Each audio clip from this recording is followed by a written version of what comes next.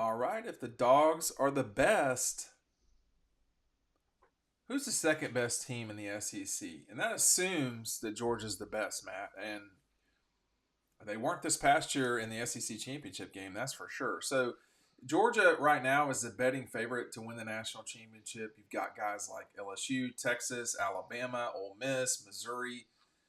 It's a crowded field in the SEC. I mean, are we certain that we know who the second best team in the league is?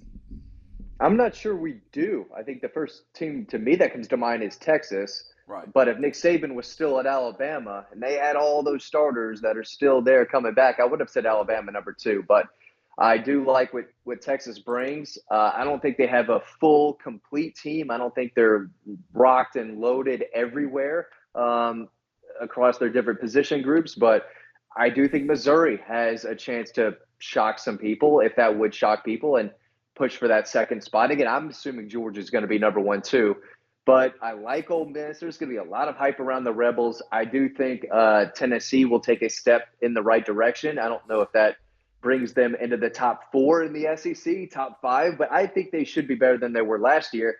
But still, that could be just middle of the pack, especially teams like LSU. If they take a step forward, and they need to, if you're Brian Kelly, you need a solid year here. But if LSU at their best, maybe they're just three or four. Maybe at their peak, they're the second best. So I think there's a lot of teams that I think need big seasons and could rival Texas for that number two spot. And again, it's hard for me to think there's another team better than Georgia out there, but I think Texas still needs to prove that they can do this year in and year out, going to the Final Four and whatnot. But Missouri is going to be good. I think LSU is going to be good. We still Alabama might be good still. I'm not going to rule out Alabama completely, but it does seem like Texas right now is probably the second best team. What would it say if Kalen DeBoer came in and either won the league or won the national championship in year one about Alabama and where they're at with things? That would be something. That would be really something, especially with Jalen Milroe at quarterback. I mean, Yeah. the offensive coordinator just left to go coach the Seattle Seahawks. I mean, they still have a lot going on, a lot of stuff that needs to be fixed. But I think, Missouri, Eli Drinkwitz has that thing going pretty good. I think their quarterback is returning for another year. They've got Luther Burden. They've got a lot of young, talented players coming in, and LSU needs to replace their quarterback. Tennessee thinks they've got theirs. Haven't said anything about Auburn or South Carolina or Florida yet because they've got to do it.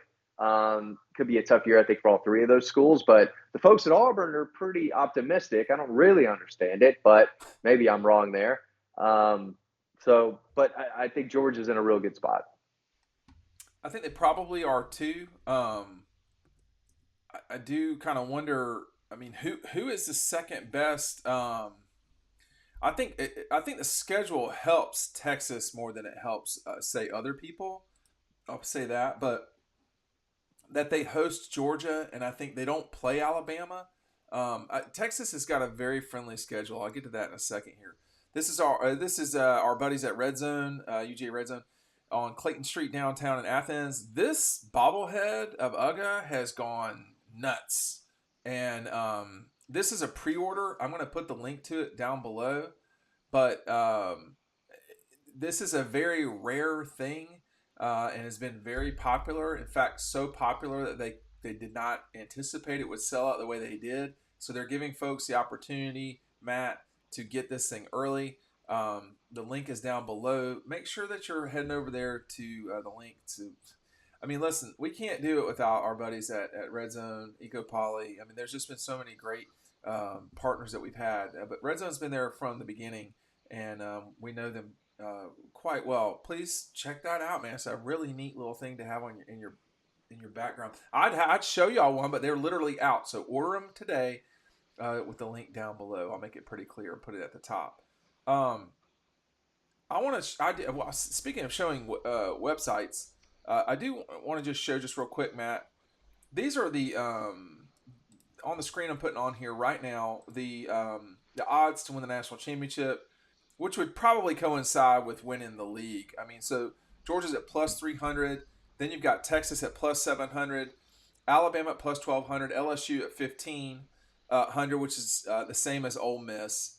And then you have to go a little bit further down. Clemson and Missouri. I know Clemson's not in the league. Clemson, Missouri, and Tennessee are all at plus 3,000. I don't think anybody thinks any of those guys are going to win the national championship. And then OU is at 6,000, way down here at the bottom.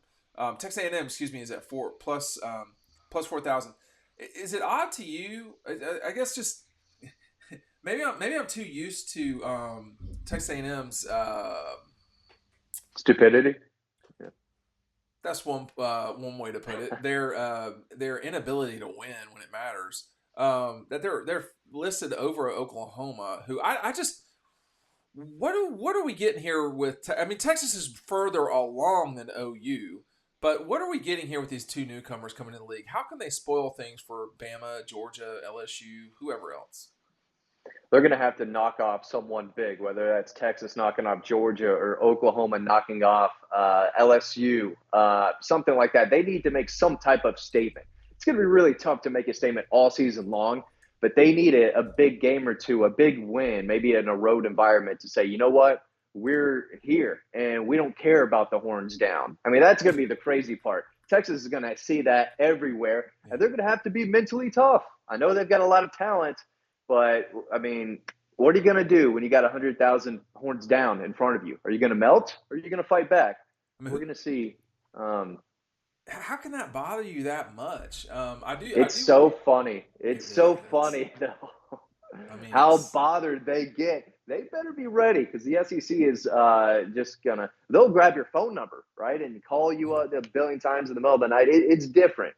And so both those programs, I think, are not sure they know exactly what they're getting into just yet. Let me get into this real quick, though, because they go to Michigan in game 2.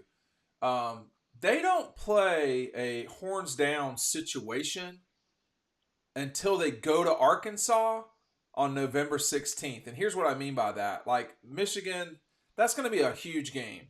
There's no question about that. That's what's on the screen right here.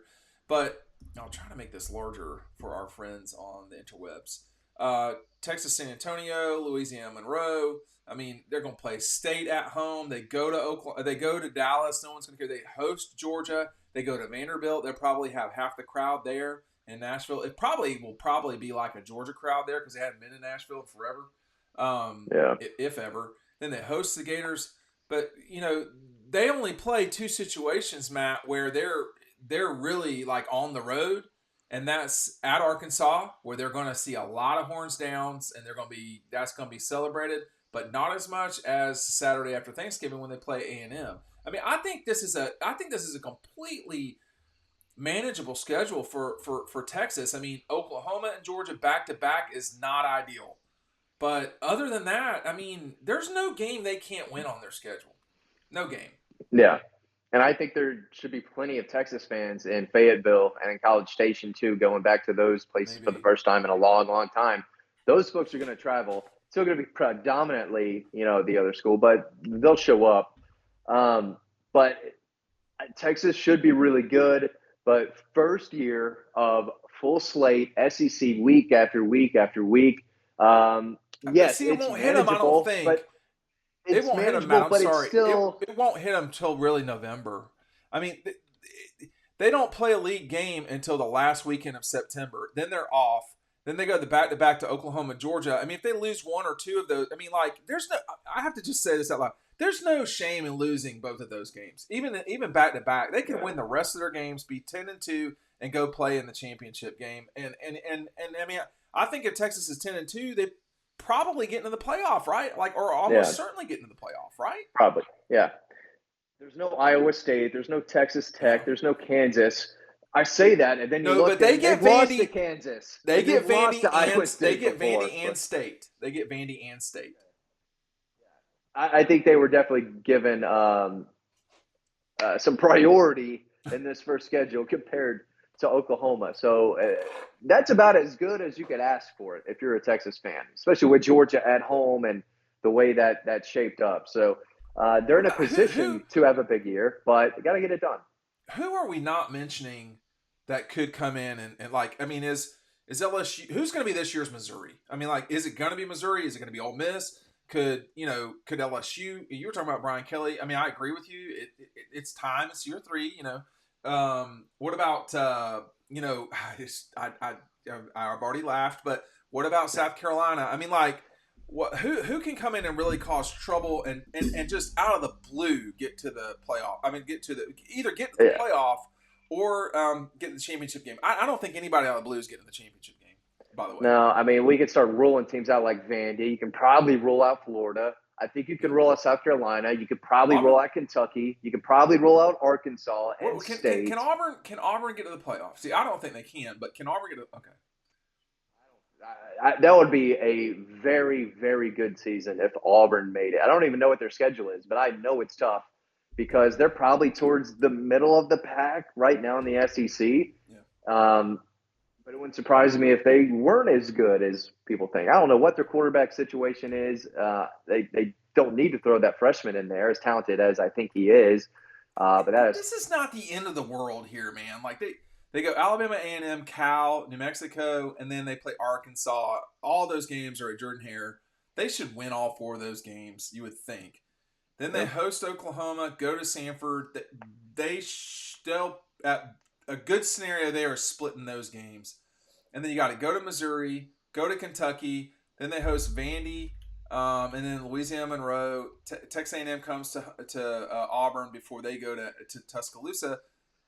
I mean, they're probably not beating Georgia in Athens, and they're probably not beating Alabama in Tuscaloosa, but all the rest of these are not the end of the world, are they? Yeah. That Kentucky game on the road could be a little That's not great. tricky.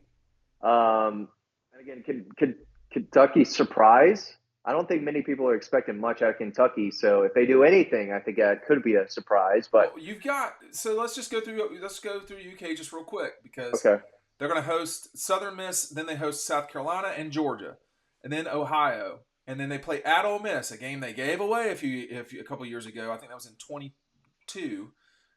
They gave that game away against Ole Miss, and they're off against, and then Vandy at Florida, Auburn. They can win all 3 of those games. Those are all 3 winnable games. And then they always goof up, seemingly, against Tennessee. I mean, like, they got to go to Knoxville. That's a winnable game, and they always screwed up. But, I mean, to close with Tennessee off, Murray State against the Racers, and then you go to Texas and then host Louisville. I mean, it's not these are not all losable games. I mean, you got to host Georgia, go to Ole Miss, you go to Texas, and you go to Tennessee. Those are challenging games for sure. But like Kentucky can find their way a little bit. I just don't think they're going to play a meaningful championship game. Yeah. Or squeeze into the playoffs. Maybe I'm wrong. Yeah, I think they're barely in the top 25 right now. I gave that game away against Clemson. Different team, obviously, but that's one that I don't think is sitting too well with them right now in this offseason. But if they're a top 25 team, they should be able to win 1 or 2 of those kind of 50-50 games, right, where it could be up in the air. Whoever plays better, whoever executes better is going to win that game. If they're a program that people think they are, a legitimate, respectable program, they should be able to win a couple of those games each year where it's up for grabs and they find a way to get it done. So they're not like old Kentucky, but they're still a program that hadn't beaten Georgia since 2009. There's still humps to get over. Now they've got a Tennessee hump they sort of have to get over. They got over the Florida hump.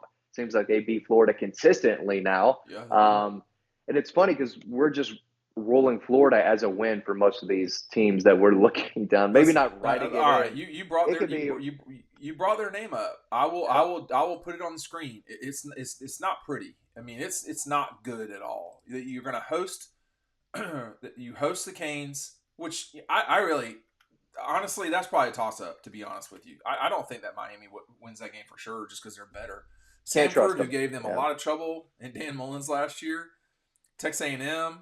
And then they go to State. I mean, they completely could be 4-0 before their off week, and then they play UCF. They could also be 1-3. And then they go. Then it gets just stupid. So they go. If you lose UCF at home and you're the Gators like that, it would be tremendously embarrassing, Matt. Okay. USF or UCF? No, Central Florida. Central Florida. That's a losable game. Yeah. Then they go to Tennessee, host Kentucky. That's a tough back-to-back. Off. And then listen. This close is not fair at all. This close. So there was a week off before Georgia. They go to Texas. They host LSU. They go to Ole Miss, and then they go to Florida State. They are. I would say if they win any of those games, they've had a good November. That's an upset if they Yeah. win any of those games. You don't want to go the last 6 games of the season. I'll say that, but they're gonna have to really dig it out, and you can't drop any of those early games too. No. You've got to consider all those 2V wins. But they're going playing down a tough A&M stretch and like Miami. I mean, they're playing A&M and Miami. They're gonna lose some of these games. They're just not. Yeah. It's sort of like Florida basketball. Florida football is a little bit where Georgia basketball is right now. Like, yeah, they could probably win a lot of games. They're not winning all their games. Like, so you got to be realistic about it. I think the Gators will have a hard time not limping to the finish. But in terms of who's the second best, you're going to go with Texas, right? I think with both, we'll go with Texas. For now. All right.